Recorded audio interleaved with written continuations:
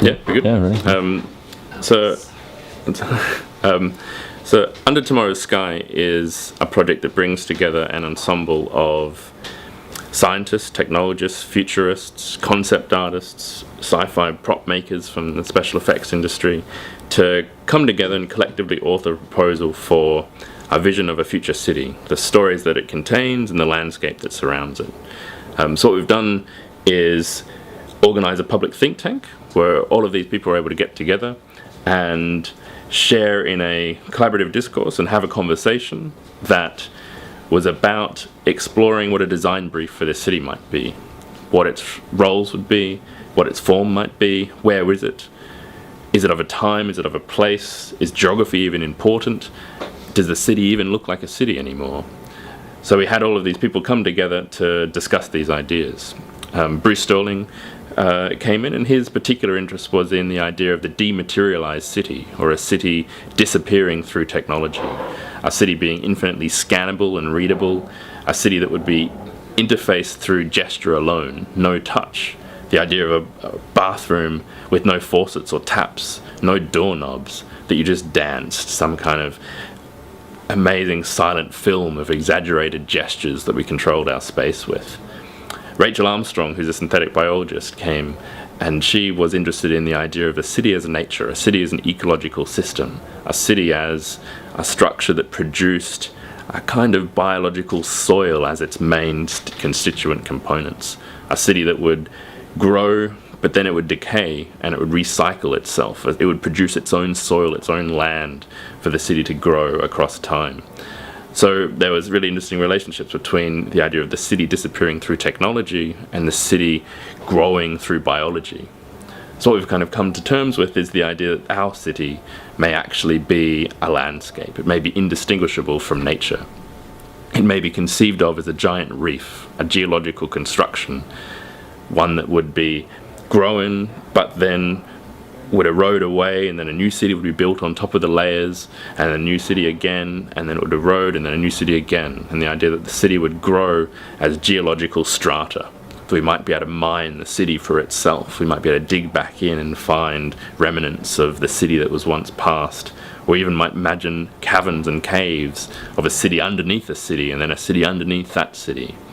The whole city be growing as a strange geological formation, with an overall skin of slime that breathed and lived, photosynthesized, that we would kind of enjoy as a biological soup that we would be part of.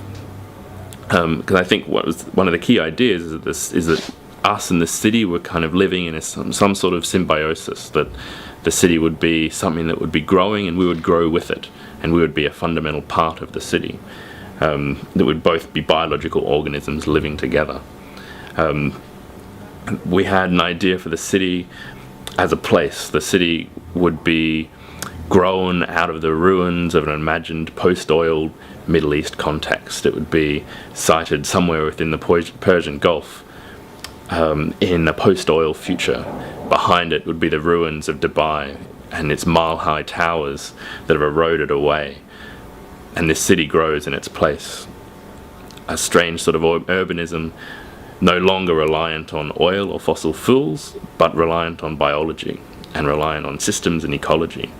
But not as a kind of a sustainable artifact, not as an idea about ecology or sustainability, but purely as an idea of indulgence and celebration and optimism. There was a general consensus throughout the weekend that the dystopian visions of the future are dated, that we've done that enough, and it's no longer interesting. So we were putting forward a post-capitalist city, a city that was about joy and life, a city that was about optimism, and a city that was about an aspirational vision of the future. But within that still comes problems, there still comes struggles, but they're different kind of struggles. And that was the tone, I think, that we had decided upon, and now we're going to be working forward with that.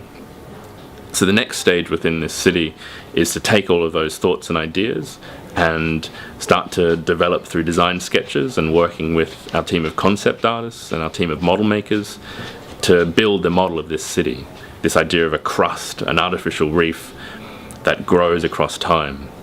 So we're going to go back to London now and develop all of this work and sketches and bring back to Eindhoven, back to Maungh, the skeleton of this city.